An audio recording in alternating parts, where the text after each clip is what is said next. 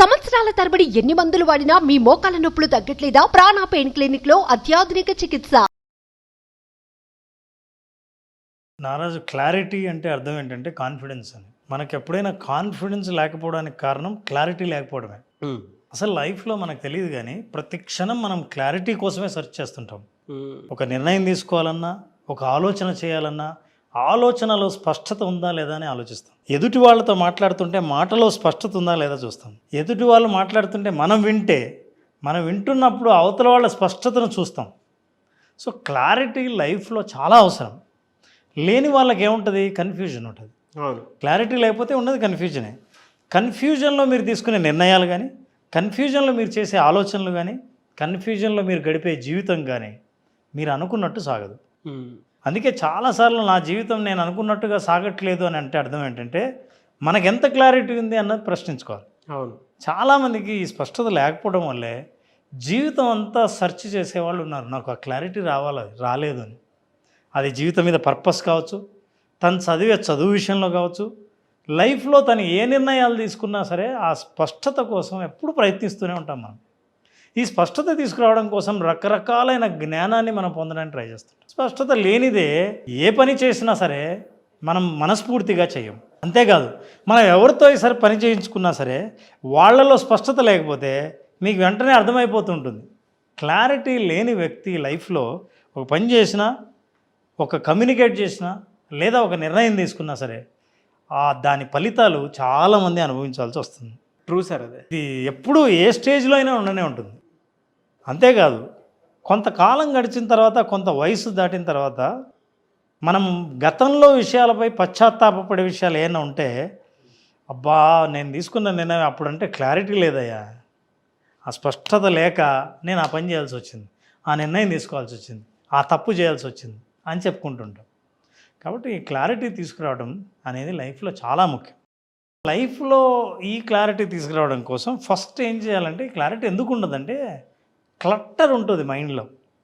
ఆలోచనల్లో రకరకాలైన ఆలోచనలు పట్ట తిరుగుతూ ఉంటాయి. అయితే ఏ ఆలోచన దగ్గర ఆగిపోవాలో మనకు తెలియదు, ఏది మనకు కావాలో తెలియదు. ఉదాహరణకు ఫ్రెష్గా గ్రాడ్యుయేషన్ అయిపోయిన స్టూడెంట్ తను ఏమవ్వాలి అని అనుకుంటూ ఉండగా పక్కనే ఏదో అయిన వాళ్ళు కనిపిస్తారు.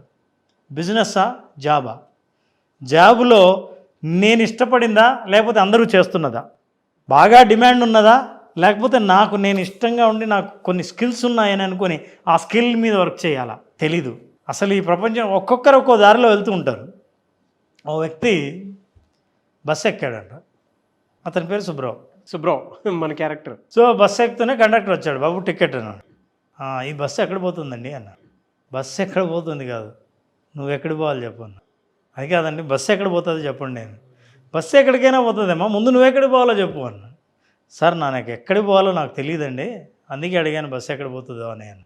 నీకు ఎక్కడికి పోవాలో నీకే తెలియనప్పుడు బస్సు ఎక్కడికి పోతే పెద్ద తేడా ఏముంది? సో మనకు లైఫ్లో క్లారిటీ లేనప్పుడు, ఎక్కడికి వెళ్ళాలో ఏం కావాలో తెలియనప్పుడు ఎక్కడికి పోయినా ఉంటాయి. సో చాలామంది జీవితాలు ఎట్లా గడుపుతుంటారంటే, తన జీవితం తనను ఎట్లా తీసుకెళ్తే అట్లా గడుపుతూ ఉంటారు. తనను ఎలా నడిపించాలి అన్న విషయం చేతిలో ఉండదు. తన చేతిలోకి తీసుకొచ్చేది ఎప్పుడంటే క్లారిటీ ఉన్నప్పుడు, తన విజన్ మీద, తన లక్ష్యం మీద, లైఫ్లో సాధించాలనుకున్న గోల్ మీద ఎప్పుడు క్లారిటీ వస్తుందో ఆ క్లారిటీ మీద అదే మార్గంలో నడుచుకుంటూ వెళ్ళి దాన్ని సాధిస్తారు. దానికి విజువలైజేషన్ తోడైతే క్లారిటీ తొందరగా వస్తుంది. రావాలనుకున్న క్లారిటీ వచ్చిన తర్వాత ఇక ఏ కన్ఫ్యూజన్స్, ఏ క్వశ్చన్స్ లేకుండా వచ్చిన క్లారిటీ మీదే పనిచేయడం ద్వారా సమయాన్ని, డబ్బును చాలా ఆదా చేయొచ్చు. ఓకే, క్లారిటీ రావాలంటే నారాజు ఫస్ట్ మైండ్లో ఉన్న రకరకాలైన ఒత్తిళ్లకు సంబంధించిన ఆలోచనలను దూరం చేసుకోవాలి. మనకు టెన్షన్ కలిగించేవి ఏవైతే ఉన్నాయో, అందుకే మన విజువలైజేషన్లో ఫస్ట్ డే విజువలైజేషన్ మనం కోచింగ్ ఇస్తున్నప్పుడు వాళ్ళకి ఎటువంటి ఆలోచనలు, ఒత్తిడి కలిగించేవి, కన్ఫ్యూజన్ కలిగించే ఆలోచనలు లేకుండా ఒక్క ఆలోచన మీద ఫోకస్ చేసి ఎక్సర్సైజ్ చేస్తాం. ఎప్పుడైతే అన్ని కన్ఫ్యూజన్స్ తీస్తామో, ఇప్పుడు కేవలం నా హార్ట్తో నేను ఆలోచిస్తాను, నాకేం కావాలి, నేనేం సాధించాలనుకుంటున్నాను, నా లక్ష్యం ఏంటి అని. సో ఇట్లా హార్ట్తో కనుక ఎప్పుడైతే ఆలోచిస్తామో నీ నిజమైన నీ గోల్ ఏంటో నీకు తెలుస్తుంది, నీకు క్లారిటీ వస్తుంది. ఈ క్లారిటీ లేకపోవడం వల్ల లైఫ్లో చాలామంది ఎన్నో రకాల సజెషన్స్, ఎన్నో రకాల కౌన్సిలింగ్స్, ఎన్నో రకాల మందిని చాలామందిని కలిసి వాళ్ళ దగ్గర నుంచి నాకేం కావాలో క్లారిటీ ఇవ్వండి అని అడిగే ప్రయత్నం చేస్తుంటాం. సో ఒకటి declutter, second you have to right your goals. అంటే ఎప్పుడైతే మైండ్లో క్లియర్ చేసుకుని ఒక ఆలోచన వచ్చిందో నేను ఇది నాకు స్పష్టత వచ్చింది అని అనిపిస్తూనే ఆ స్పష్టత వచ్చిన అంశాన్ని పేపర్ మీద రాయాలి. రాస్తే ఎప్పుడైతే గోల్ని పేపర్ మీద చూసామో దాని చుట్టూ ఉన్న అంశాలన్నీ మనకు కనిపిస్తాయి. ఫర్ ఎగ్జాంపుల్ ఊరికి అనుకోవడం వేరు. చాలామంది అనుకుంటారు నేను డాక్టర్ అవ్వాలనుకున్నానండి, యాక్టర్ అవ్వాలనుకున్నానండి, ఇంజనీర్ అవ్వాలనుకున్నానండి. అనుకోవటానికి కాకపోవటానికి ఉన్న తేడా అదే. అవును. అనుకోవడం చాలామంది అనుకుంటారు, కానీ అయిన వాళ్ళకి అనుకున్న వాళ్ళకి తేడా ఏంటంటే వాళ్ళ గోల్ని స్పష్టంగా కళ్ళతోనూ మైండ్తోనూ చూసి ఉంటారు, వాళ్ళు రాసి ఉంటారు. అనుకున్న వాళ్ళకి ఆశలు మాత్రమే ఉంటాయి.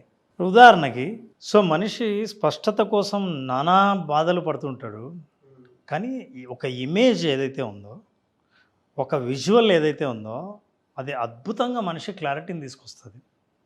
కానీ ఈ విజువల్ మనిషికి ఎప్పుడైనా ఎదురుపడితే, జీవితంలో ఎదురైతే తప్ప అతనికి అర్థం కాదు, ఆ క్లారిటీ రాదు. కానీ ఆ ఎదురవ్వకుండానే తన మైండ్లో విజువలైజ్ చేసుకోవడం ద్వారా లేదా ఒక ఇమేజ్ ద్వారానే ఎంత క్లారిటీ తీసుకురావచ్చు అన్నది మన విజువలైజేషన్ చెబుతుంది. ఫర్ ఎగ్జాంపుల్ నా దగ్గర ఒక పేపర్ ఉంది. నారాజ్, ఈ పేపర్ ఒకసారి చూడు, ఒకసారి చదువు ఏంటో అసలు. స్టేట్స్ ఆఫ్ ఇండియా అండి. సో మన భారతదేశంలో ఉన్న రాష్ట్రాలు అవి దాదాపు 28 రాష్ట్రాలు ఉన్నాయి మనకి. అంటే కేంద్ర పాలిత ప్రాంతాలు కాకుండా. అవును, వీటిలో 27 రాసింది. 27 ఉన్నాయి. Very good, good observation. So 27 ఉన్నాయి, 28వది మిస్ అయింది. అసలు ఆ మిస్ అయిన రాష్ట్రం ఏంటో కనుక్కోవాలి. యాక్టివిటీ నాకే ఇచ్చారు. అయితే నాతో పాటు ఆడియన్స్కి కూడా యాక్టివిటీ ఇద్దాం సార్. మిస్ అయింది నాకంటే ముందే ఎవరు చెప్తారో చూద్దాం. కామెంట్ బాక్స్లో పోస్ట్ చేయండి మీరు. అయితే కొంచెం గట్టిగా చదువుతూ ఉంటే వింటున్న వాళ్ళు ఏ స్టేట్ వినడం మిస్ అయ్యారో కనుక్కుంటారేమో చూద్దాం. అది బెటర్. అది ready, start. Yes, 3, 2, 1 go. Andhra Pradesh, Arunachal Pradesh, Assam, Bihar, Chhattisgarh, Goa, Gujarat, Haryana, Himachal Pradesh, Jharkhand, Kerala, Madhya Pradesh, Maharashtra, Meghalaya, Mizoram, Nagaland, Odisha, Punjab, Rajasthan, Sikkim, Tamil Nadu, Telangana, Tripura, Uttar Pradesh, Uttarakhand, West Bengal, Manipur. So ఇవి రాష్ట్రాలన్నీ. అందులో ఒక స్టేట్ నేను మెన్షన్ చేయలేదు ఆ లిస్ట్లో. ఏంటి ఆ స్టేట్? కేంద్రపాలిత ప్రాంతాలు మాత్రం, యూనియన్ టెరిటరీస్ మాత్రం మనం మెన్షన్ చేయట్లేదు, దాని గురించి మాట్లాడట్లేదు, కేవలం రాష్ట్రాల గురించి. యూనియన్ టెరిటరీస్ అంటే ఢిల్లీ, లక్షద్వీప్, వీటన్నిటి, అండమాన్. అదే గుర్తుకు రావట్లేదు సార్. సో అన్ని రాష్ట్రాలు అక్కడ ఉన్నాయి, అర్థం అవ్వట్లేదా? ఉన్నాయి అన్నట్టుంది కానీ ఒకటి లేదు. అసలు ఏంటి అది లేని రాష్ట్రం ఏమన్నా? చూస్తుంటే ఆ లిస్ట్ చూస్తే can you identify which state is missing? Okay, 2 నిమిషాలు అయిపోయింది దాదాపు నాగరాజు. అవునా? 2 minutes. ఎస్. నా దగ్గర ఇంకో పిక్చర్ ఉంది, జస్ట్ లుక్ అట్ దిస్. ఇది I'm giving you an India map. India map. So India మ్యాప్లో కూడా స్టేట్స్ ఉంటాయి. మ్యాప్లో ఈ మ్యాప్ కలర్లు గీసి ఉంది. అయితే ఒక్క స్టేట్ మాత్రం కలర్ మాత్రం వేయలేదు. సో అన్ని కలర్లు ఉన్నాయి. అందులో కలరు వెయ్యని స్టేట్ ఏం స్టేట్? మిస్ అయిన స్టేటే అనుకో. అర్థమైంది. సో ఇందులో 27, ఇందులో 27 ఉన్నాయి. ఒకదానికి మాత్రం పేరు ఇవ్వలేదు. కరెక్ట్. ఒకదానికి ఇవ్వలేదు సార్ కలరు, వైట్ అలా వదిలేసి ఉంచారు. కరెక్ట్, అదే. సో ఇది which state is that? Karnataka అండి. Wow, fantastic. It took around 10 to 15 seconds. అయితే నాగరాజు, సేమ్ మిస్ అయిన స్టేట్సే, ఇండియాలో మిస్ అయిన స్టేట్స్నే నేను అక్షరాల రూపంలో ఇచ్చాను. అక్షరాల రూపంలో ఇచ్చినప్పుడు 3 నిమిషాలైనా ఆ క్లారిటీ రాలేదు ఏది మిస్ అయిందో. పట్టేశారు. కానీ ఇమేజ్లో మాత్రం, మీకు ఇచ్చిన బొమ్మలో మాత్రం, ఒక విజువల్లో మాత్రం మిస్ అయింది టక్మని క్యాచ్ చేశాను. ఎస్, ఎందుకంటే పక్కనే ఉంది సార్. తెలంగాణ, ఆంధ్రప్రదేశ్, ఇది నెక్స్ట్ కర్ణాటకనే వస్తుంది, డౌట్. అవును. నిజం చెప్పాలంటే నేను ఇచ్చిన ఆర్డర్లో కూడా స్టేట్ ఆర్డర్లోనే అది మిస్ అయింది. మరి బట్ గుర్తుపట్టలేము. సో ఇమేజ్కి అంత పవర్ ఉంది. క్లారిటీ తీసుకొచ్చే పవర్ ఒక విజువల్లోనే ఉంది. ఈ విజువల్ని మీరు సృష్టించుకొని క్లారిటీ కోసం వెతికితే ఆ విజువల్ నుంచి క్లారిటీ, మీకు కావాల్సిన క్లారిటీని మీరు సాధించే అవకాశం విజువలైజేషన్ ఒక్కటే కలిగి. అదిరిపోయింది, బాగుంది సార్. సో దట్స్ వై విజువలైజేషన్లో చాలామందికి సమస్య ఉన్నవాళ్ళు, క్లారిటీ లేని వాళ్ళు విజువలైజేషన్ అనే టెక్నిక్ను ఉపయోగించి వాళ్ళకు కావలసిన స్పష్టత తీసుకురావడం వల్ల, నేను ఇందాక చెప్పాను క్లారిటీ అంటే కాన్ఫిడెన్స్ అని అర్థం. ఉదాహరణకి మనకి ఇల్లు తెలియని చోటకి ఎవరి ఇల్లు అన్నా వెతుకుతున్నాం అనుకోండి, క్లారిటీ లేనివాడు అంటే దారి తెలియనివాడు, ఎక్కడ ఇల్లు ఉందో తెలియనివాడు, ఈ అడ్రస్ కొత్త అయిన వాడు, ఆ కొత్త వ్యక్తి ఎంత వెతుకుతున్నాడంటే ఎంత దూరం వచ్చామే అని అంటుంటాం. కానీ అక్కడే నివసించే ఫ్రెండ్ ఏమంటాడంటే పెద్ద దూరం ఏం కాదు, 1.5 కిలోమీటర్ అంతే అంటాడు. దారి తెలిసినవాడు, స్పష్టత ఉన్నవాడికి చాలా దగ్గర, ఈజీ అనిపిస్తుంది. కొత్తగా వచ్చిన వాడికి వెతుకుతున్నప్పుడు నీకు చాలా దూరం వచ్చినట్టు ఉంటుంది. అందుకే వెళ్తున్నప్పుడు దూరంగా ఉంటుంది, వచ్చేటప్పుడు చాలా దగ్గరగా ఉన్నట్లే ఉంటుంది. సో ఇవన్నీ మన అనుభవాలు. ఈ అనుభవాల నుంచి మనం విజువలైజేషన్ ద్వారా ఇట్లాంటి ఈజీగా ప్రాబ్లమ్ని సాల్వ్ చేసేది, ఈజీగా జీవితంలో ఏ క్లారిటీ అయితే లేదో ఆ క్లారిటీని తీసుకొచ్చే అవకాశం ఈ విజువలైజేషన్లో ఉంది. మన ప్రోగ్రామ్కి అటెండ్ అయిన వాళ్ళు అందుకే చాలామంది ఫీడ్బ్యాక్ ఇస్తున్నప్పుడు క్లారిటీ వచ్చింది లైఫ్ పట్ల అని అంటారు. జీవితం పట్ల కానీ ఒక నిర్ణయం తీసుకునే విషయంలో కానీ స్పష్టత ఉండడం కంటే జీవితంలో మనకు కావాల్సింది ఏం లేదు. ఎప్పుడైనా సరే మనిషి తృప్తి కానీ మనశ్శాంతి కానీ ఎప్పుడు కలుగుతుంది అంటే తను చేస్తున్న పని పట్ల సంపూర్ణ స్పష్టత తనకి ఎప్పుడైతే ఉంటుందో అప్పుడు he will enjoy the life. ఆ స్థితిని తీసుకురావడం కోసమే మనం విజువలైజేషన్ని వాళ్ళకి పరిచయం చేస్తున్నాం. Thank you sir, thank you so much Ram garu. Wish all the best. Thank you. మన బ్రెయిన్ బ్యాంక్ బ్యాలెన్స్ వైపు ఎలా తీసుకెళ్ళాలి, ద సేమ్ టైం మన దగ్గర డబ్బులు నిలబడాలి అని అంటే మన మైండ్ సెట్ని ఎలా తీసుకోవాలి అనేటువంటి concept visualisation 2.0 happy money. So ఈ కాన్సెప్ట్ క్లాస్ మళ్ళీ ఎప్పుడు ఉండే అవకాశం ఉంటుంది? July 3rd క్లాస్ స్టార్ట్ చేస్తున్నాం.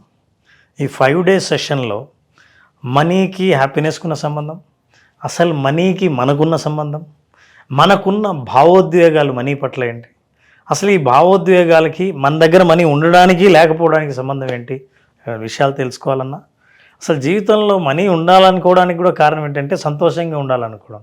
నిజంగా సంతోషం ఉంటామా అన్న వాస్తవాలు, రీసెర్చ్ విషయాలు సైంటిఫిక్గా, సైకలాజికల్గా తెలుసుకోవాలనుకుంటే ఈ 5 days సెషన్ అటెండ్ అయిన వాళ్ళకి సంపూర్ణమైన డీటెయిల్స్ అందుతాయి. They will enjoy completely the programme. అనుకున్న దానికంటే ఎక్కువ పొందామన్నది వాళ్ళ భావాలే. వాళ్ళ భావాలు వింటే కూడా మనకు తెలుస్తుంది. Thank you sir. So July 3rd నుంచి మీ భావోద్వేగాలు డబ్బు వైపు ఏ విధంగా ఉన్నాయి, అంటే మీ దగ్గర మీరు సంపాదించుకున్న డబ్బు ఉంటుందా, ఉండట్లేదా, అండ్ మీ బ్రెయిన్ బ్యాంక్ బ్యాలెన్స్ వైపు ఏ విధంగా తీసుకెళ్ళాలి అనేటువంటి కాన్సెప్ట్ తోటే Ram garu July 3rd visualisation 2.0 happy money కాన్సెప్ట్ని సో క్లాస్ రూపంలో తీసుకురాబోతున్నారు. ఆసక్తి కలిగిన వారు స్క్రీన్ మీద కనిపిస్తున్న నెంబర్కి సంప్రదించండి. Thank you so much Ram గారు. థ్యాంక్ యూ నాన్న, థ్యాంక్ యూ సో మచ్.